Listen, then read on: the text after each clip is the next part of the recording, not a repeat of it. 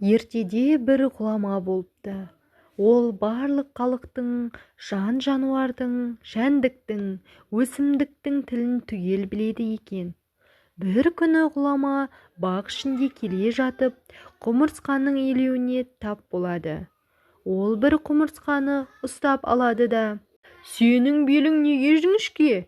деп сұрайды.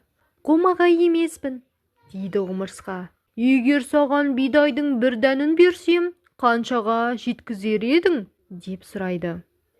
«1 жылға жеткізер едім», депті құмырсқа. Ғұлама құмырсқаны сауытқа салып, қасына бидайдың бір дәнін қояды.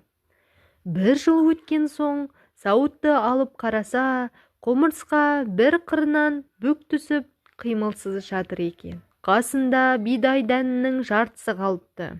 Әрі-беріден кейін бірте-бірте мұртын, аяғын қимылдатады да, құмырсқа орнынан тұрады. «Bir дән маған 1 жылға жетеді деп едің?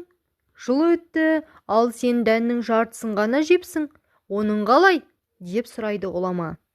«Иә, ол дәнді 1 жылда жеп бітірсем, қазір менің қалым әлде қайда жақсы болған болар еді.